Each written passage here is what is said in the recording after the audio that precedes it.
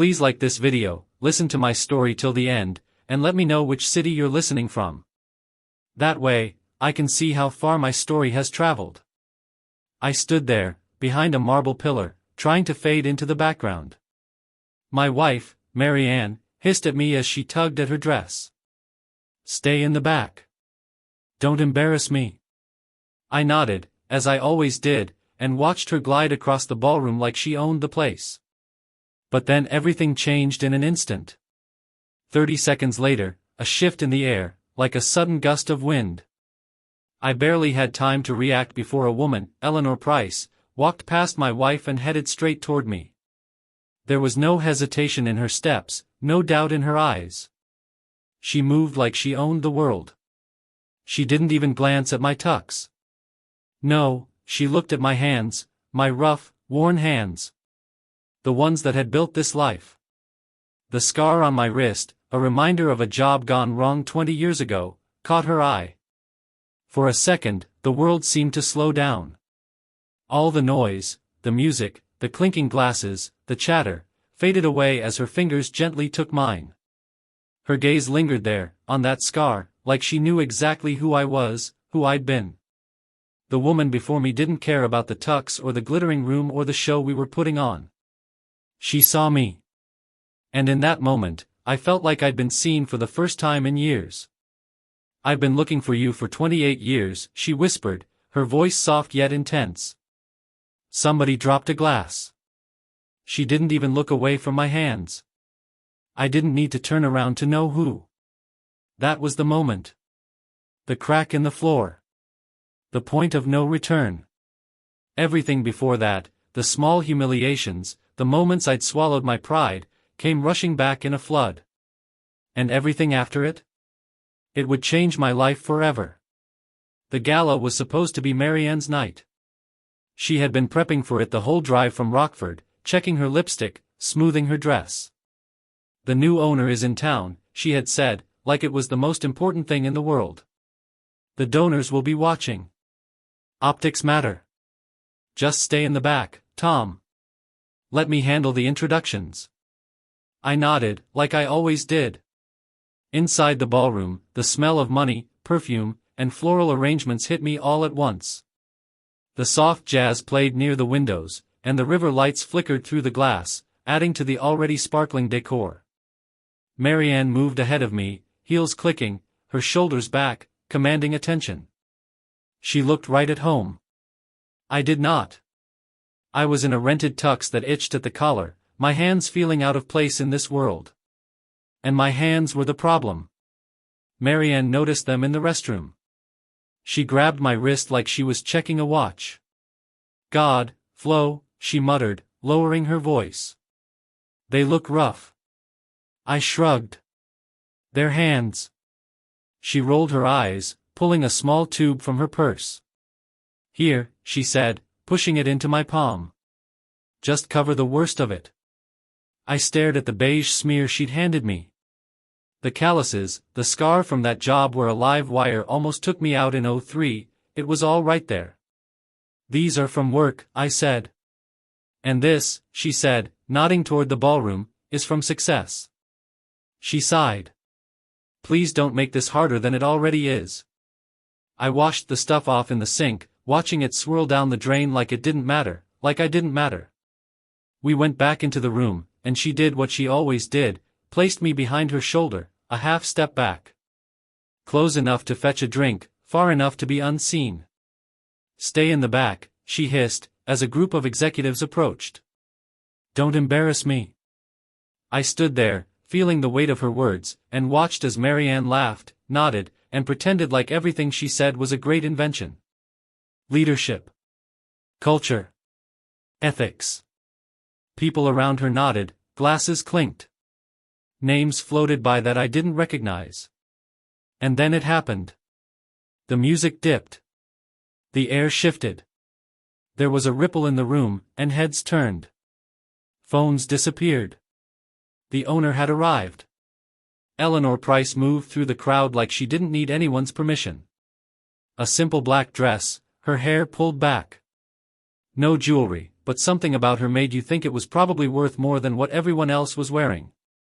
She shook hands as she walked, but her eyes were scanning the room, taking in every detail. She passed Maryanne, past her smile, and went straight to me. I felt it before I saw it. The change in the air. The shift. Her gaze locked onto mine, and for a moment, it was like everything else went still. She closed the distance between us in 3 quiet steps, and when her hand touched mine, she paused. Her thumb brushed the scar. Then, she said it. 28 years. Behind her, the room reacted, gasps, the soft chime of glass. Maryanne's glass shattered near my feet. I couldn't speak. My throat was tight, and all I could manage was, "I think you've got the wrong guy." "No," she whispered, shaking her head, her eyes still locked onto mine. "I don't." Maryanne pushed forward, her face draining of color. "Eleanor, Miss Price, this is my husband, Flo. He's a union electrician, from Rockford." Eleanor didn't look at Maryanne. She didn't care about the introduction. She still looked at me, her eyes steady, almost as if she knew everything. I felt small and big all at once, seen in a way I hadn't been in years, in decades. The music awkwardly picked back up. People tried to laugh, but it didn't sound right. A waiter knelt to clean up the glass. Eleanor squeezed my hand once more, just a simple squeeze, but it felt like an anchor. "We'll talk," she said softly, and then she was gone, lost in the crowd like she'd never even stopped. Maryanne stared at me as if I had set the building on fire. "What was that?" she demanded, her voice tight. I didn't answer right away. I couldn't. All I could say was, "Nothing," I said. She shook her head, her jaw working as she picked up her purse, the anger in her eyes now masked with composure. "Go get another drink," she snapped. "Stay back." I did. But something had changed. I could feel it in my chest, like a door that had been locked for years had finally creaked open. I watched Eleanor across the room as Maryanne took the stage, preaching about integrity and vision. I saw the donors lean in, saw people glance at me, curious now, when before, I had been invisible. For the first time in a long time, I wondered if I'd been standing in the back because I belonged there, or because I'd been told to. I didn't know why Eleanor had been looking for me, or what she knew. But I did know one thing: my life wasn't small anymore. Before we continue, I want to hear from you. Tell me in the comments. Have you ever been overlooked or told to stay in the back? Share your story if you've ever reclaimed your place. You're not alone. And if you're enjoying this journey, don't forget to subscribe for more stories about standing your ground, taking control, and finding your voice. But even as I stood there, something told me that the night wasn't over. That things were about to shift in ways I couldn't even imagine. The night dragged on in a blur of empty drinks and polite smiles. I didn't sleep much that night. Maryanne was stiff beside me, her back turned as if she was already miles away. The city hum of traffic outside the window, the occasional siren echoing across the river, it was all there, but I couldn't shake the image of Eleanor's eyes locked on mine. I kept replaying it over and over, how she'd looked at me, how sure she was.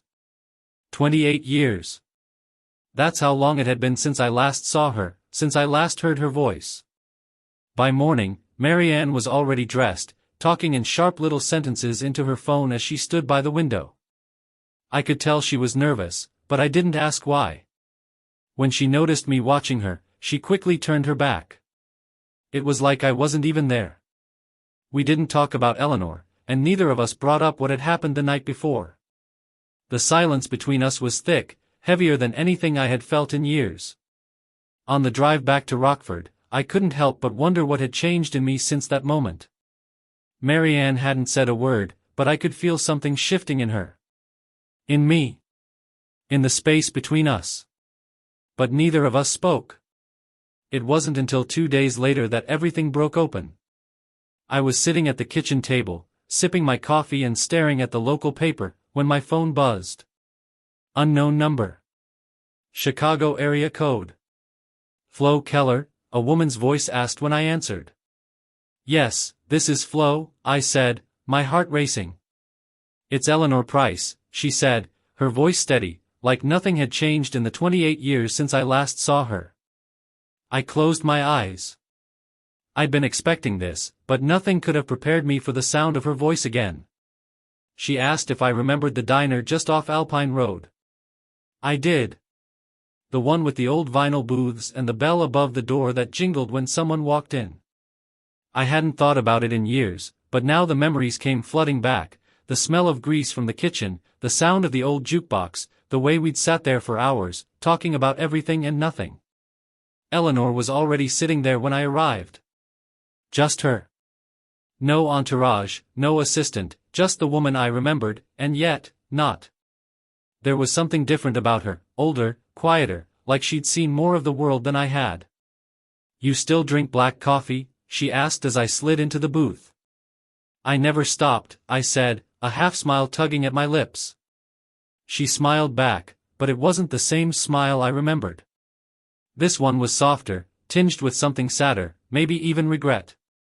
For a moment, I could see the girl she used to be, the one laughing in the bleachers, the one with a cardboard tray of nachos on her lap. Do you remember? She asked. That game, in '95? Bottom of the 7th, 2 outs. The crack of the bat. Everyone standing up at once.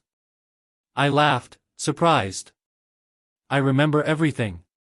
You remember everything. That's the problem, she said, her voice quiet. I never forgot. Not once. It was the first time she'd admitted it. And something about her words hit me harder than I expected. I told her about why I left baseball. The funeral. The bills.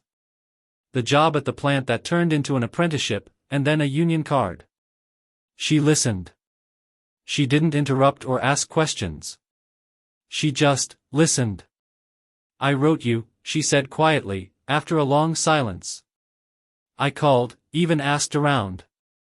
But I never got anything back. I wanted to tell her that I never got any letters. That the ones I did get were never from her. But I didn't. I didn't know how. We talked for an hour about Rockford, about time, about change. And she never once touched me. There was no flirtation, no hint of anything other than just a simple, genuine conversation. When we stood to leave, she slid a card across the table.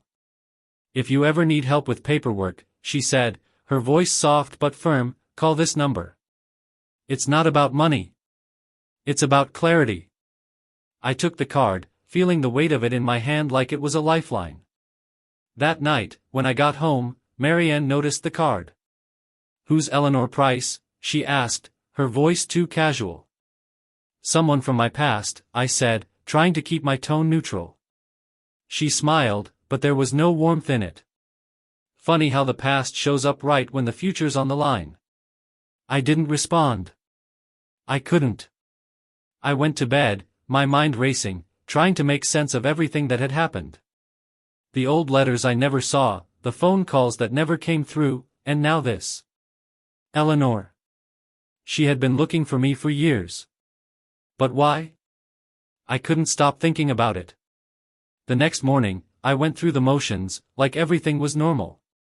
But the unease in my chest kept growing. I couldn't shake the feeling that something was coming.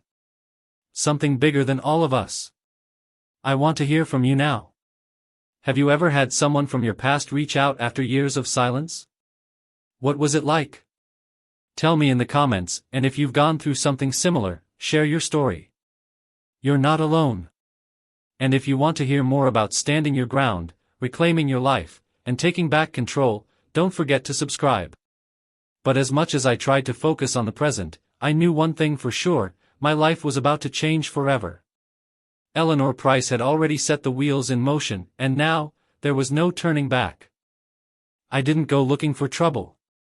But sometimes, trouble has a way of finding you, especially when you least expect it. It started with something simple. I realized one afternoon that the envelope hadn't come. It should have arrived like clockwork, just like it always did. My 401k statement, my pension summary, boring stuff, sure. But comforting. Proof that all the long hours I spent working on live wires, tightening lugs, labeling panels, had led to something real. Something solid. But that envelope hadn't shown up for weeks. At first, I told myself everything was digital now. Maybe Maryanne was right. Paperless is cleaner, Tom, she had said before.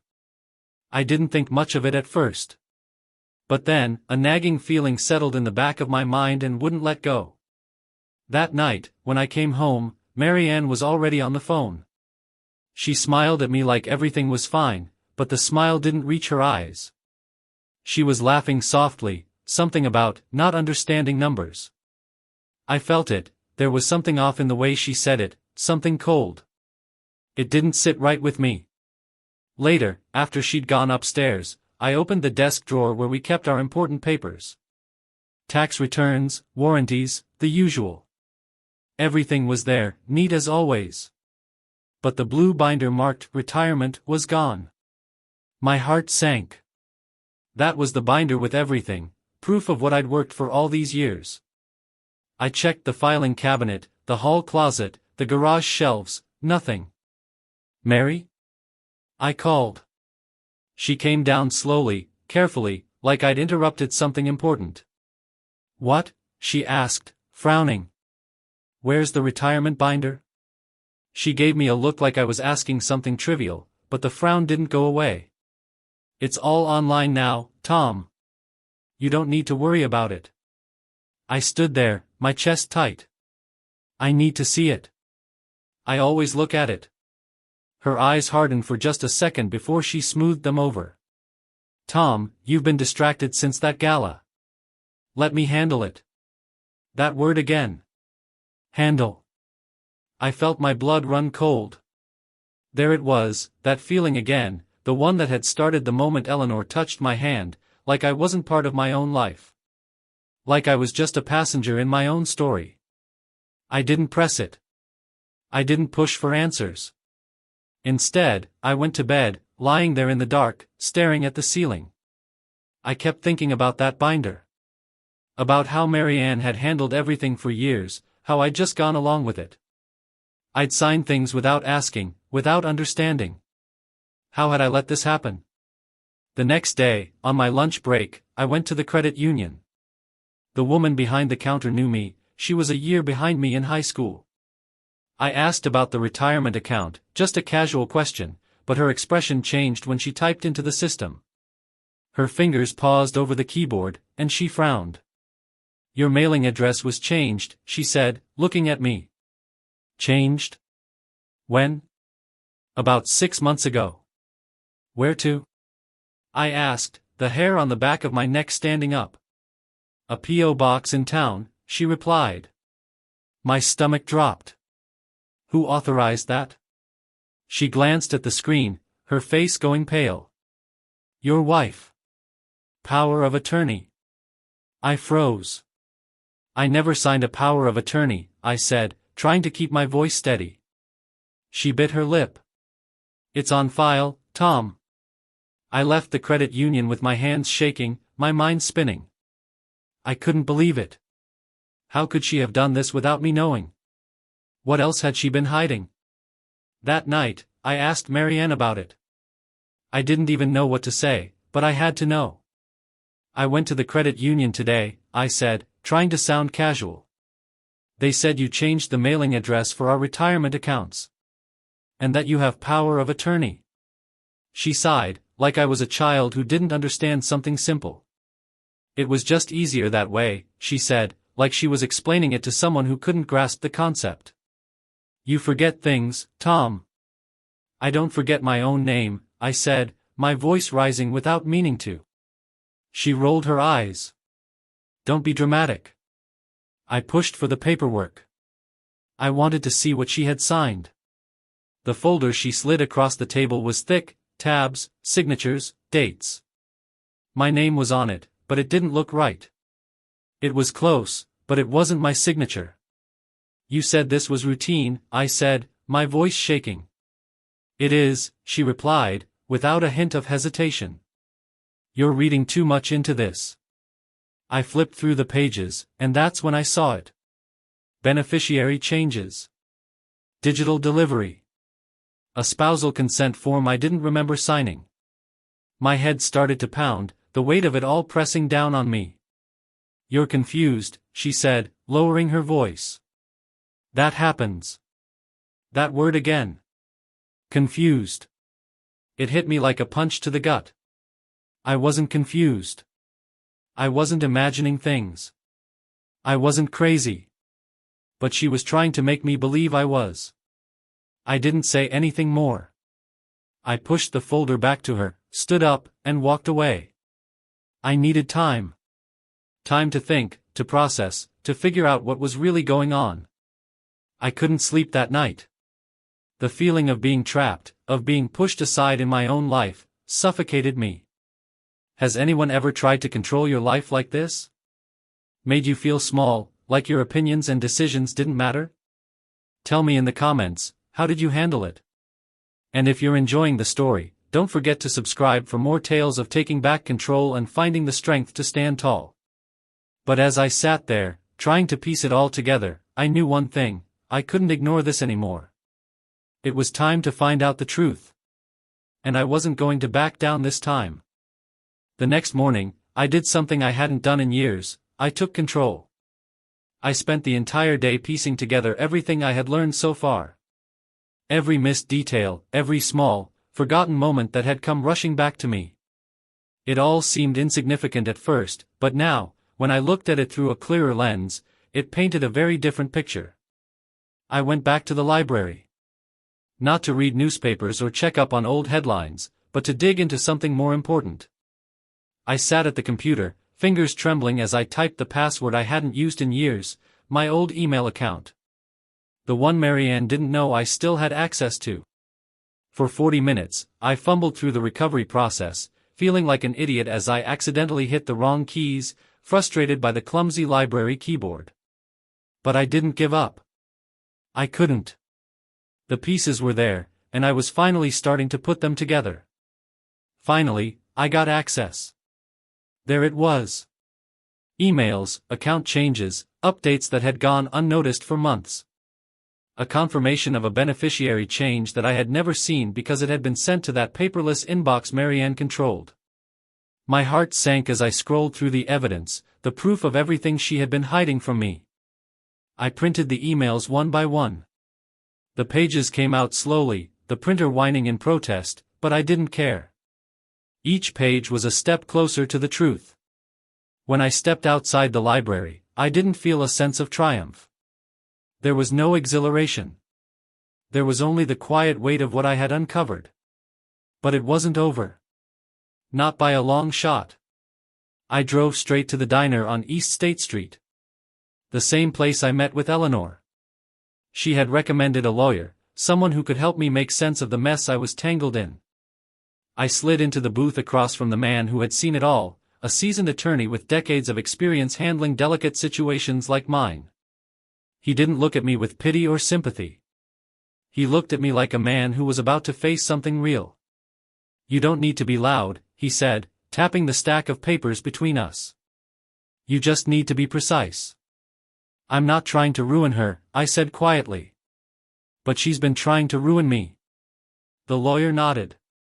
"Then you're already ahead of her." That's when it hit me. This wasn't about revenge. It wasn't about winning or losing.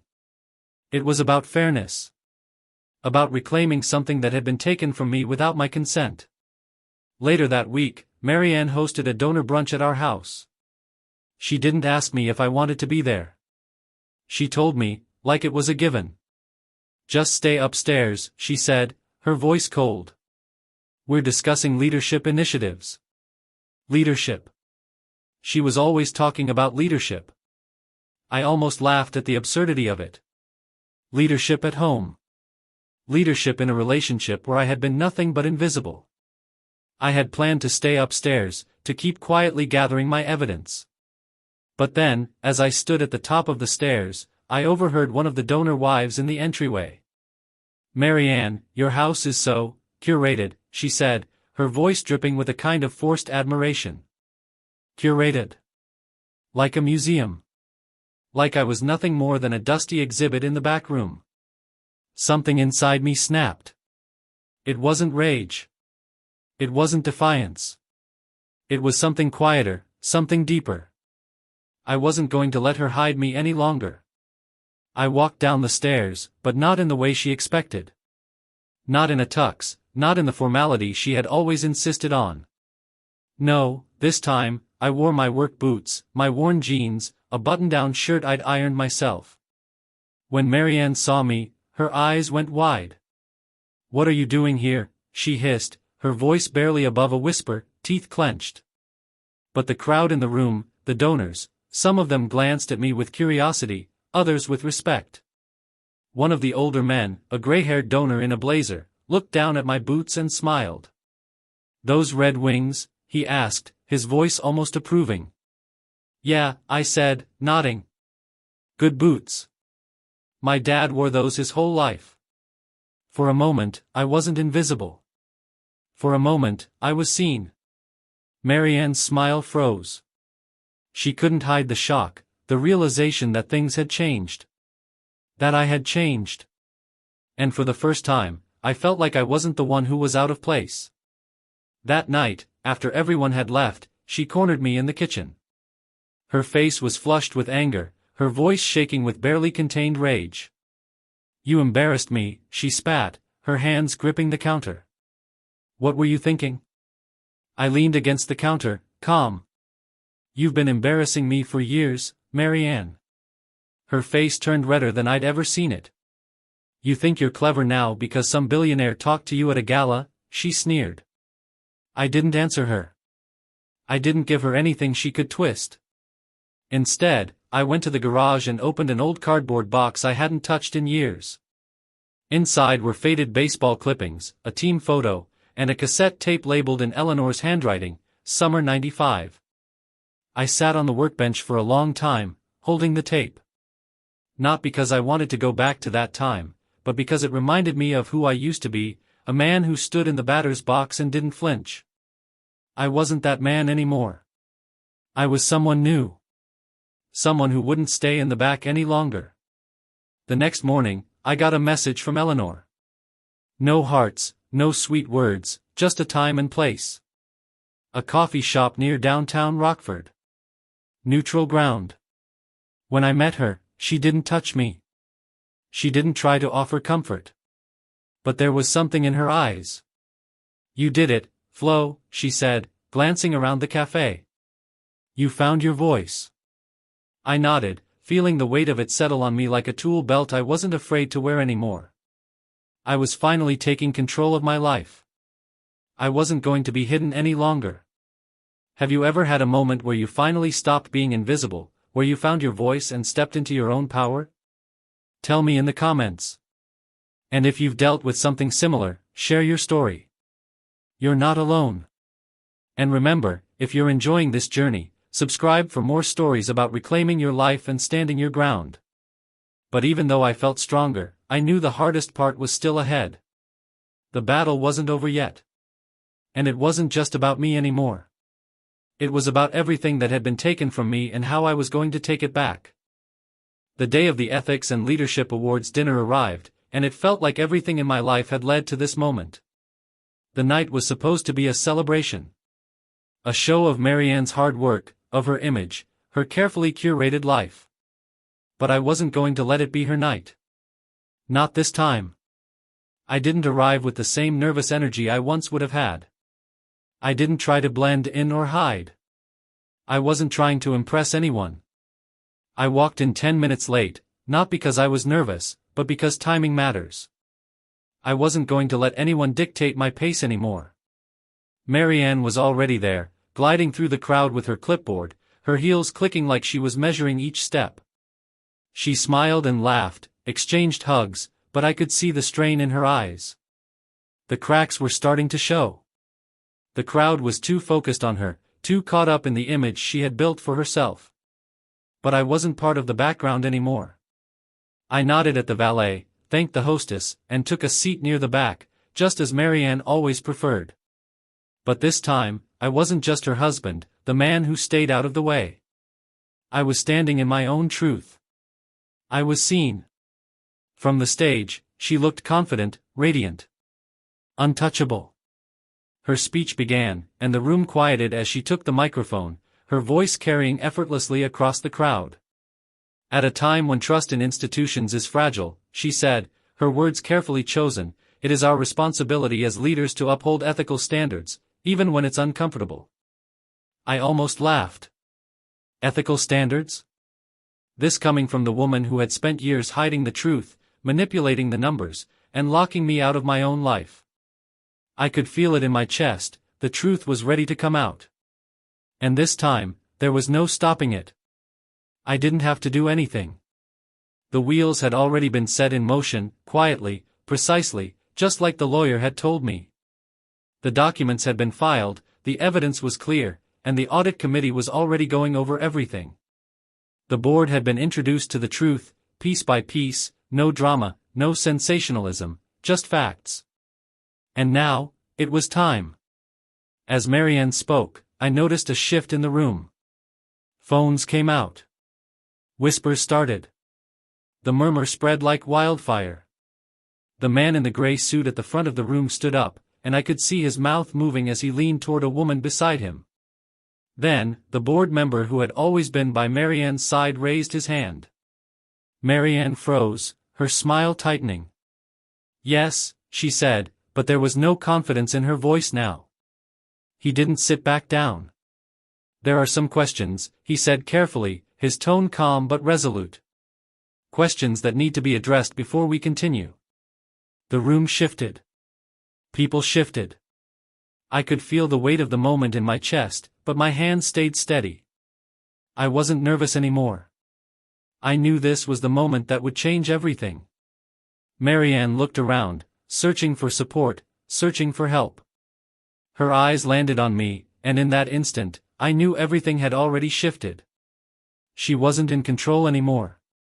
I stood up, slowly. The fabric of my jacket scraped against the chair, my boots tapping against the carpet as I made my way forward. I didn't rush. I didn't need to. The room was already watching me. Who is that? Someone whispered. Maryanne's face went pale. This is highly inappropriate, she snapped, trying to regain control, but there was no control left. Her voice cracked as she pointed to me. This is my husband. He's confused. Confused. That word again. I looked at her, and I knew she was terrified. For the first time, she was the one who was small. She was the one who had lost control. I'm not confused, I said calmly. I'm informed. A murmur ran through the crowd. I didn't need to raise my voice. I didn't need to shout. I was finally standing in my truth. The board member nodded. Mr. Keller has provided documentation, he said, his voice calm, unwavering. Substantial documentation. Maryanne's laugh was brittle. This is a personal matter. A marital dispute. No, the board member interrupted. It's a compliance issue. The projector behind her flickered to life, displaying emails, timestamps, policy violations, and conflicting reports. There was nowhere to hide. No way to spin this. Maryanne's smile froze in place. She reached for the lectern as if it could hold her up, but it wouldn't. The truth was out. She could no longer hide behind her carefully constructed image. You don't understand, she said, her voice cracking. This is being taken out of context. I took a step forward, standing just a few feet away from her. The entire room was silent. I've been in the back long enough to see everything, Maryanne, I said, my voice clear and steady. Everything. The glass of water on the lectern tipped over, rolling off the edge, shattering on the stage. Nobody moved to help. Nobody even flinched. The board member nodded. Thank you for your patience, he said, his voice smooth. We will pause the proceedings for now. There will be a temporary suspension pending a full review. The room buzzed with a different kind of energy now, questions, real ones. Donors avoided eye contact, some with pity, others with something like respect. I stood there, watching the woman who had spent years trying to control me. Watching her unravel, one thread at a time. Maryanne was escorted off the stage, her heels clicking in disarray, no longer in sync with her usual confident stride. I didn't follow. I stayed where I was, rooted in the truth that had been set free. Outside, the night air felt different, cool and fresh, like everything had been cleared away, like I could finally breathe. Eleanor was waiting for me, standing by the river, her gaze steady, her silence comforting. "You did it," she said, her voice soft but proud. "We did it right." I nodded, feeling the weight of the victory settle over me, not with pride, but with a quiet sense of peace. The dominoes were still falling, but for the first time in years, I felt like I had control. Like I was no longer living in the background of my own life. I moved out the following week. Not in a rush. Not in a hurry. Just packed what was mine, my tools, my clothes, my memories, and left the rest where it was. Let the house look curated without me. The divorce didn't turn into a circus, thanks to the paperwork, the evidence, and the careful steps I'd taken. The beneficiary changes were reversed.